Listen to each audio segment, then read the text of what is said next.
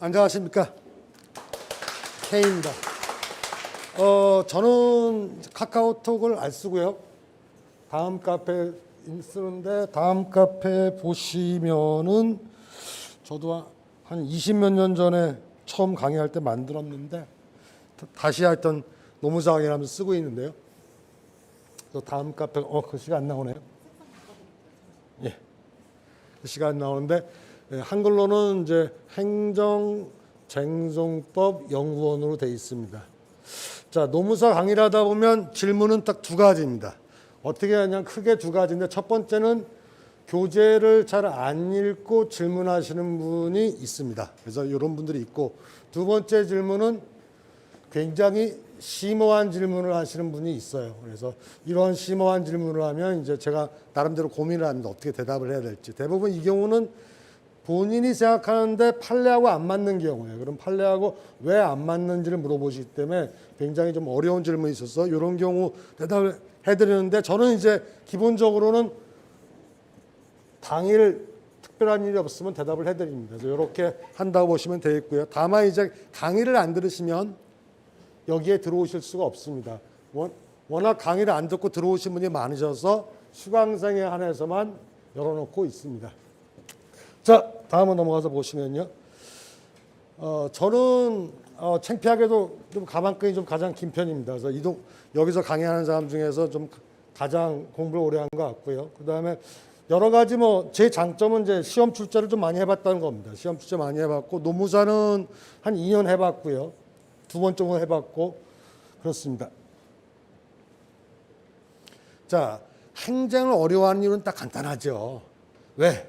갑자기 이렇게 시험 문제가 팍 나온단 말이에요. 시험 문제가 팍 나오는데 이렇게 여러분들이 쟁점을 잡아서 답안을 쓰셔야 되는 거죠. 그러면 법학을 안 공부하시거나 법학을 공부했다 하더라도 요즘에 로스쿨이 생기고 학부자가 되면서 실제로 법학을 많이 공부 안 하셨죠. 그러다 보니까 이거를 처음부터 어떻게 찾아가는지 어려워하시죠. 그래서 행정이 어려운 이유죠. 자, 그래서 많은 이제 분들이 이렇게 강의하시죠.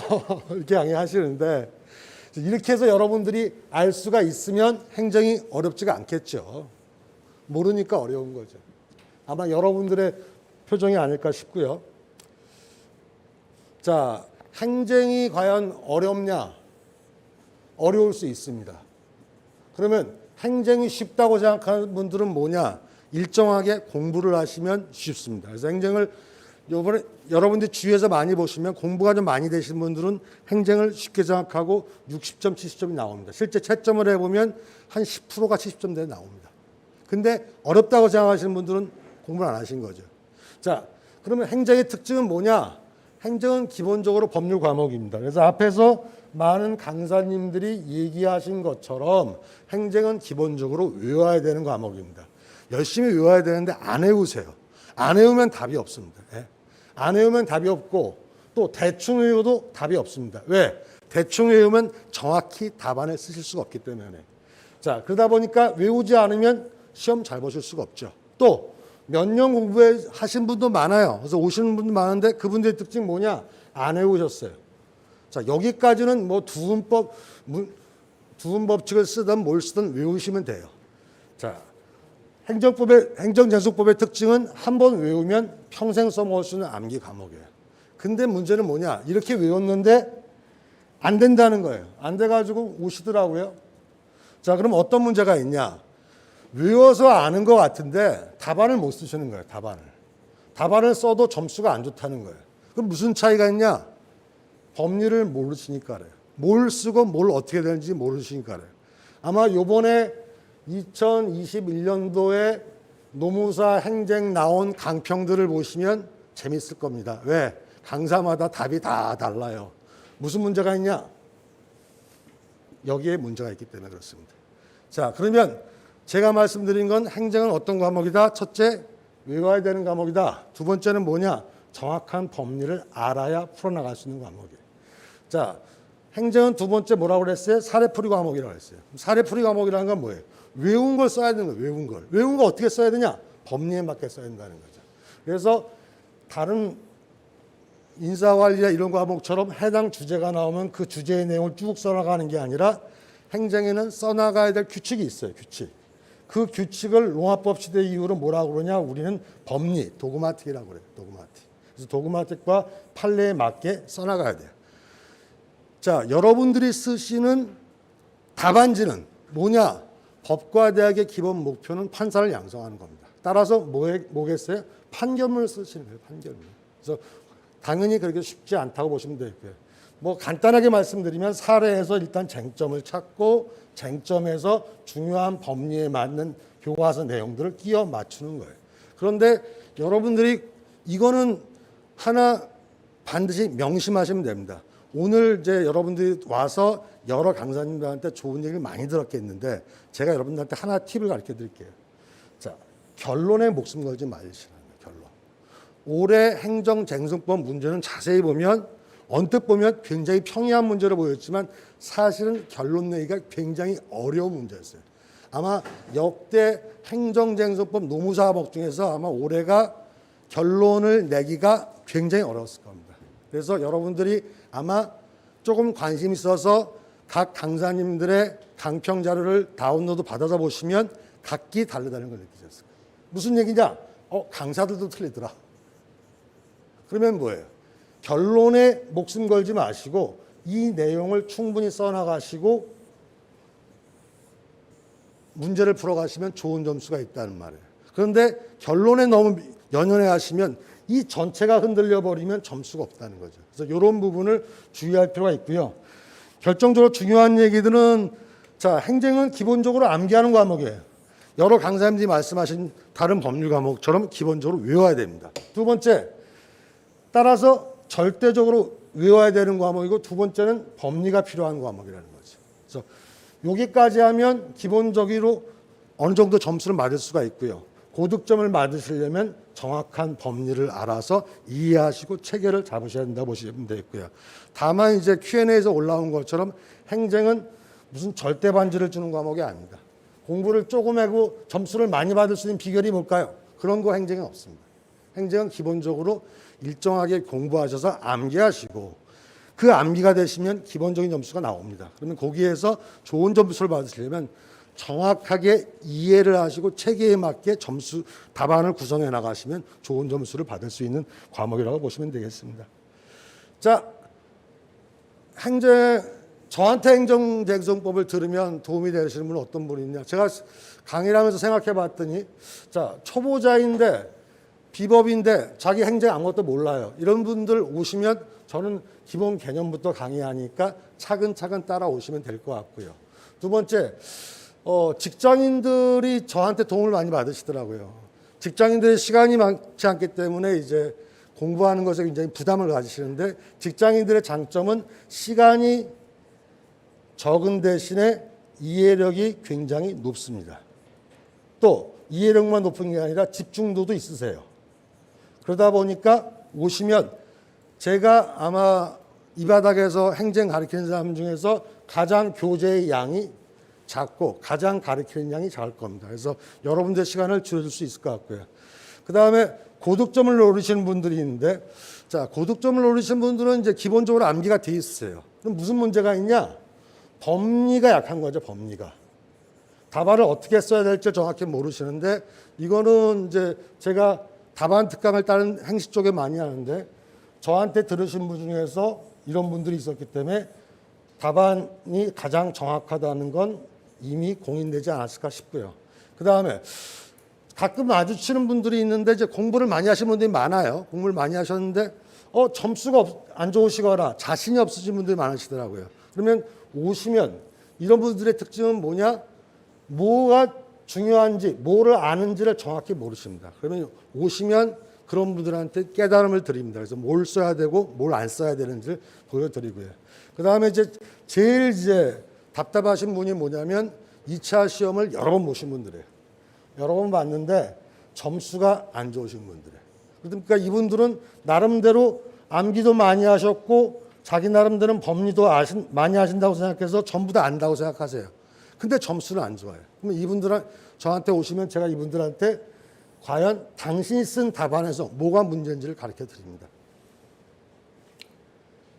자, 그래서 결론은 뭐예요? 와서 들어보시고 시험에 합격하시면 되겠습니다. 그리고 제가 여러분한테 드릴 수 있는 거는 재미도 아니고 깨달음을 드리겠습니다. 어떻게 하면 여러분들이 답안에서 좋은 점수를 얻으실지 그걸 한번 보여드리겠습니다. 자, 그래서 뭐 결론적으로는 그림이 날라갔네요. 하여튼 열심히 하시고 제가 할 수 있는 방향을 가르쳐준다고 보여드리면 되겠고요. 그리고 저는 강의는 어떤 식으로 하냐? 강의는 기본적인 개념을 놓고서 체계에 맞게서 강의를 합니다. 그래서 이 문제는 여기에 연관되고 전체적인 체계와 구조를 볼 수 있도록 도해에서 강의한다고 보시면 되겠고요. 그래서 제가 강의했던 것의 기본적인 이제 도해를 표시해 드렸고요. 자, 다른 강사님들과 마찬가지인데 연기 때는 PPT로 놓고 강의를 합니다. 그래서 PPT가 메인 교재가 되겠고 교재는 이제 부교재가 되겠고요. 그 다음에 처음에 전체적인 구조를 보기 위해서 간단한 요약 프린터를 드리겠고요. 그 다음에 복습 시험을 하나 보는데 자, 강의를 하고 나면 그 다음 날이나 그 다음 주에 복습 시험을 하시는데 이거는 어떻게 하냐? 기본 개념을 쓰는 훈련들을 합니다. 그래서 기본 개념을 일단 연기 때는 외우시는 게 기본적인 목표고요. 그 다음에 전체적인 그림을 통해서 구조를 파악하시고 그 다음에 전체적인 흐름을 파악하시는 목표입니다. 그래서 연기 때 보시는 시험은 기본 개념을 쓰는 거 요것만 쓰면 심심하시니까 서술형 하나를 쓰시는 게 목표입니다. 자, 그럼 일기 때는 뭐냐? 일기 때는 비로소 교재가 메인 교재가 됩니다. 그래서 메인 교재가 되시는데 이때 목표는 뭐냐? 교재를 정말 어디서부터 어디까지 밑줄 치고 달달달 외우는 게 목표입니다. 그래서 일기 때는 교재를 완전히 암기하는 게 목표예요.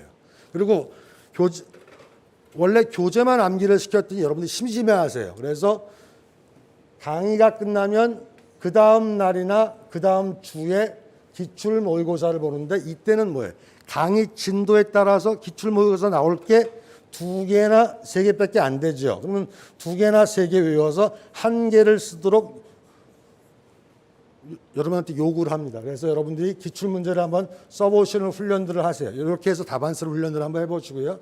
자, 2기 때 가면 처음에 기본 모의고사를 보고 사례집을 공부할 겁니다. 그러면 무슨 차이가 있냐?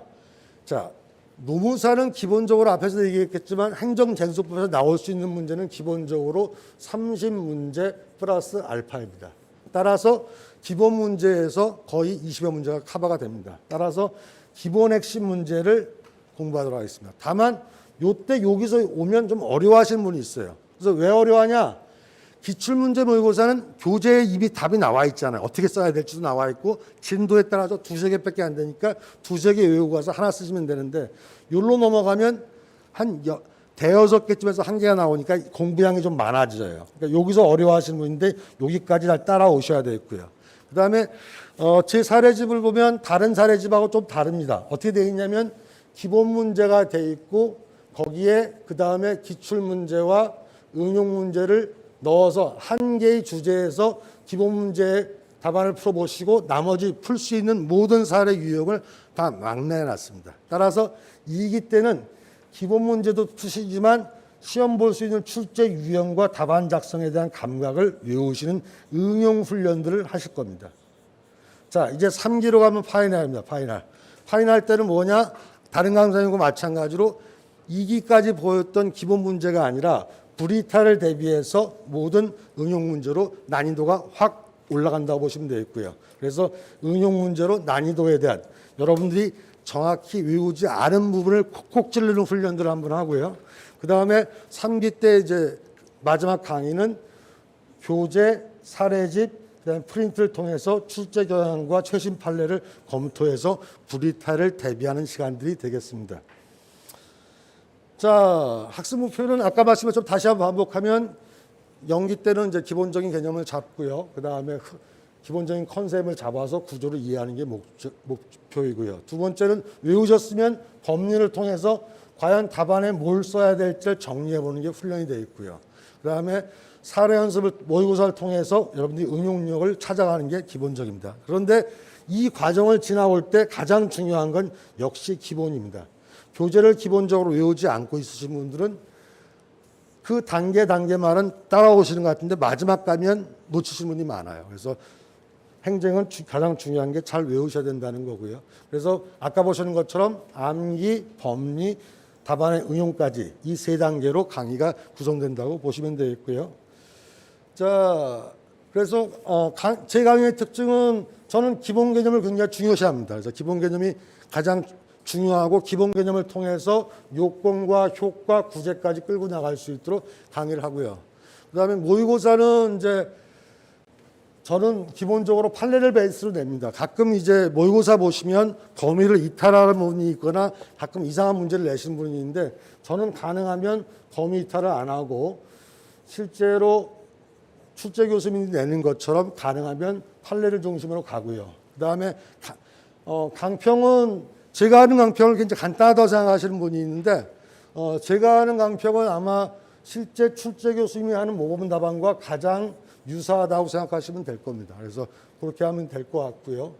그다음에 이거는 아마 제가 이 바닥에서는 유일하게 출제 경험이 있으니까 아마 가장 모범 답안과 근소한 비슷하다고 보시면 되겠고요. 그럼 채점은 저는 엄격하게 채점합니다. 그래서 가끔 이제 제 강의를 듣다가 중도에 포기하시는 분이 있는데 저는 50점 만점에 49점, 48점 채점하지 않고 실제로 맞은 개수만큼 채점합니다. 그래서 이제 그게 여러분들의 마음을 아프게 해서 강의를 포기하시고 수강을 철회하시는 분이 있는데 그래도 저한테 모의고사 맞은 점수가 실제 여러분들이 농사 시험 봤을 때 점수하고 거의 근접하다고 보시면 되겠고요. 그다음에 개별 첨삭 지도를 해드리는데 이게 생각보다 중요하더라고요. 3기나 2기 때 오시면 특히 3기 때 오시면 학생들이 굉장히 답답해하시는 분들이 많더라고요. 그러면 이제 그 만나서 한 5분 10분 이야기하는 정도인데 그때 본인들의 강점과 약점을 파악해서 말씀드리면 굉장히 고마워하시더라고요. 그래서 그게 여러분들한테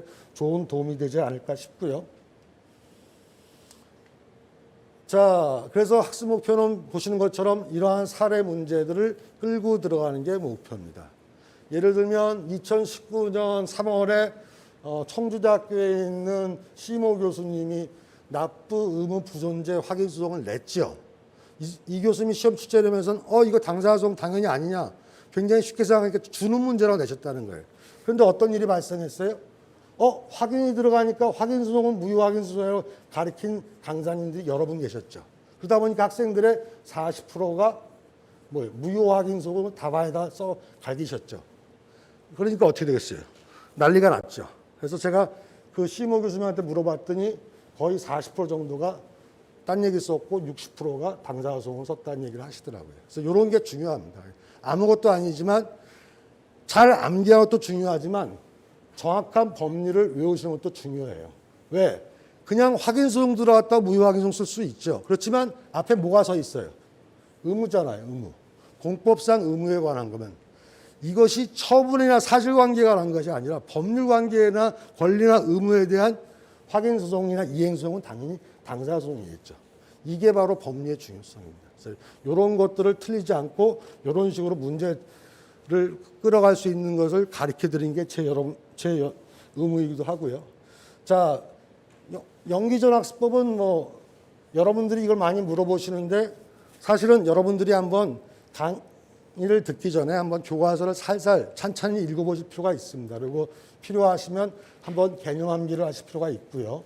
그다음에 모르면 이해가 안 되면 외우는 것도 필요합니다. 여러분들이 학원에 와서 강의를 듣지만 강의를 듣고 이해하면 좋지만 이해하지 않더라도 기본적으로 여러분들이 책을 읽고 외우는 훈련들은 항상 필요합니다. 그래서 강사한테만 너무 의존하지 마시고 여러분들이 한번 볼 필요가 있고요. 그리고 법학은 항상 개념이라는 것을 염두에 두시면 되겠고요. 그래서 개념에서부터 시작해서 요건까지 발생해 나온다는 것을 여러분이 이해하시면 되겠고요.